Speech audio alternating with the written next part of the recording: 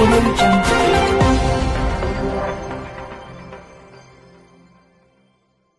చెప్తాను మిత్రులారా, నేను రాజకీయాల్లో లేనప్పుడే ఈ అమ్మాయిని సృష్టించింది. ఈ అమ్మాయి పేరు రాణి. ఈ అమ్మాయి పేరు రాణి. తల్లిదండ్రులు ఇద్దరు రైతు కూలీలు.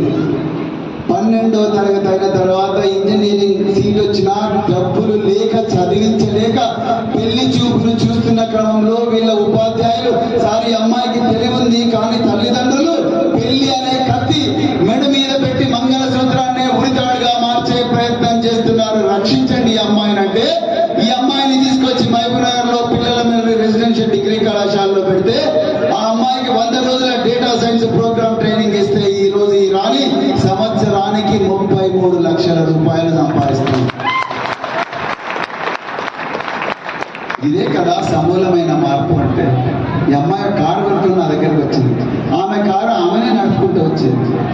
ఎన్ని రోజులని ఉపాధి హామీ కూలీలుగా పనిచేస్తాను, ఎన్ని రోజులని కోళ్ళ పిల్లలలాగా కోడి పిల్లల్లాగా ఆటోలల్లా కూలీ పనికి పోవాలి, ఎన్ని రోజులని ఆ కుట్టాల్లో బతకాలి. ఈ అమ్మాయిని చూడండి, దర్శనాల సుష్మ, ఒక పేద బిడ్డ, ఇద్దరు తల్లిదండ్రులు.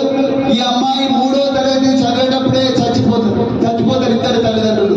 భువనగిరిలో హాస్టల్లో ఉండి ఈ అమ్మాయి పరిస్థితి ఘోరంగా ఉంటే అక్కడి టీచర్లు ఈ అమ్మాయిని మీ దగ్గరికి తీసుకుపోతుంటే అడ్డగూడూరు గురుకుల పాఠశాలకు తీసుకొచ్చి అక్కడ నుండి హైదరాబాద్ లో ఐఏఎస్ ఆఫీసర్లు చదివే ఐపీఎస్ ఆఫీసర్ల పిల్లలు చదివే సెయింట్ ఫ్రాన్సిస్ కాలేజీలో చదివించి అక్కడి నుంచి ఈ అమ్మాయిని అమెరికా పంపిస్తే అమెరికాలో 10,000 ఫీట్లలో పైన ఎగురుతున్న విమానం నుండి అమాంతంగా భూమి మీదికి దుంకి బతికిన బిడ్డ మన బిడ్డ ఈ దర్శనాల సుష్మ.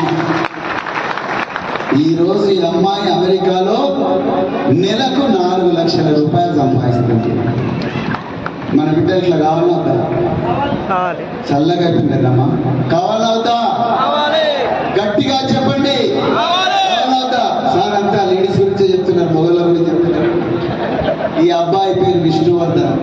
తల్లిదండ్రులు ఇద్దరు కూలీలే. మీ దాంట్లో ఎంతమంది సముద్రాన్ని చూసింది?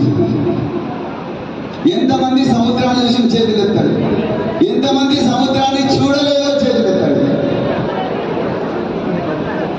పక్కన వాగు కూడా చూసే పరిస్థితి ఉండదు. కృష్ణా నదిలో లాంచ్ కూడా ఎక్కే పరిస్థితి ఉండవు, పైసలు ఉండవు.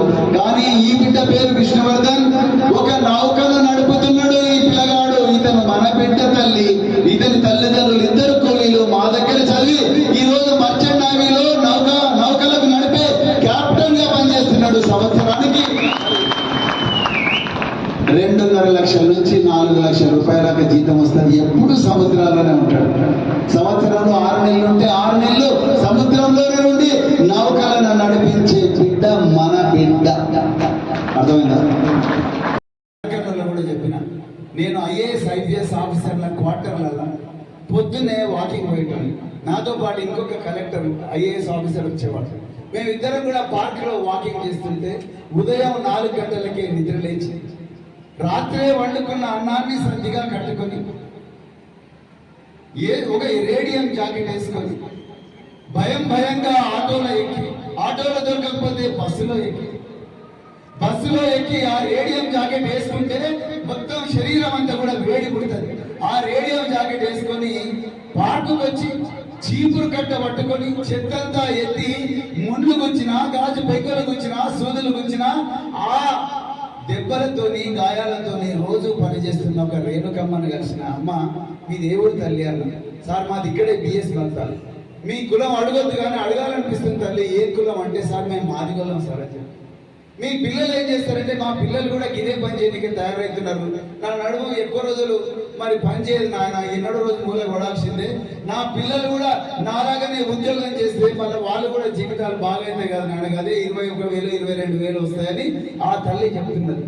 వాళ్ళ మేస్త్రి ఇంకొక ఆయన వచ్చిండు. సార్ మీకు ఇంకొక విషయం తెలియదు, ఇదే మురికి కుప్పల పక్కన మేము అన్నం తింటుంటే ఒక్కోసారి ఆ వాసన తట్టుకోలేక ఎన్నోసార్లు వాంతికి చేసుకున్నాము.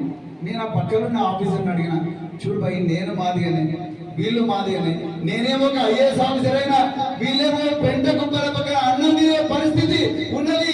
ఇది పోవాలంటే నేను ఇక్కడ కాదు రాజకీయాల్లో ఉండాలని ఆనాడు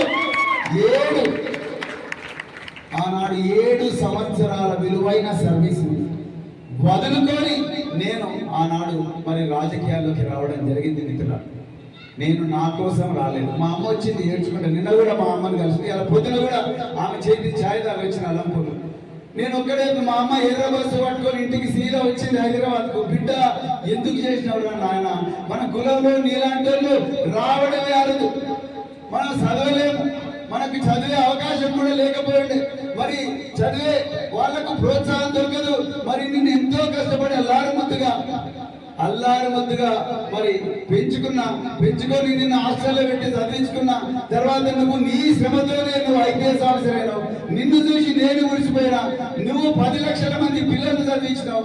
సడన్ గా మరి అలా ఉద్యోగాన్ని ఎందుకు వదిలేసినావు నాయన అంటే, నేను ఒక్కటే చెప్పిన, అమ్మ నువ్వు కేవలం నీ కొడుకునే చూస్తున్నావు. నీ కొడుకు లాంటి వాళ్ళు లక్షలాది మంది పిల్లలు నీలాంటి నాలాంటి అదృష్టం లేదో లక్షల గ్రామాల్లో ఉన్నారు. వాళ్ళందరి జీవితాలు మార్చాలంటే నేను తప్పకుండా రాజకీయాల్లోకి రావాలమ్మా అని సర్ది చెప్పి పంపించడం జరిగింది మిత్రుల. నేను గురుకుల పాఠశాల సెక్రటరీగా ఉన్నప్పుడు ఏం చేశాను, ఒక అన్నం ఉడికిందా లేదనడానికి అన్ని బతుకులు పిసుకాల్సిన అవసరం లేదు, కానీ కొన్ని ఉదాహరణలు మాత్రం నేను చెప్తాను.